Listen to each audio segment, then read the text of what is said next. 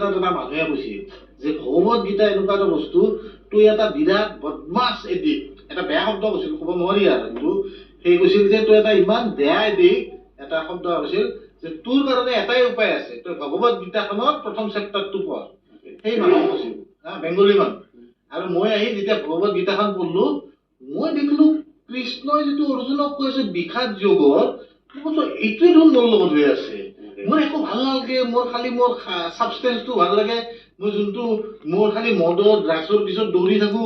এই অৰ্জুনৰ এনেকুৱা হৈছিল ন, অৰ্জুনে গোটেই অস্ত্ৰ অৰ্পণ ত্যাগ কৰি দিছে যে মই মোৰ দাদাৰ লগত যুদ্ধ নকৰো, মোৰ কাজিনৰ লগত, মোৰ শিক্ষাগুৰুৰ লগত যুদ্ধ নকৰো।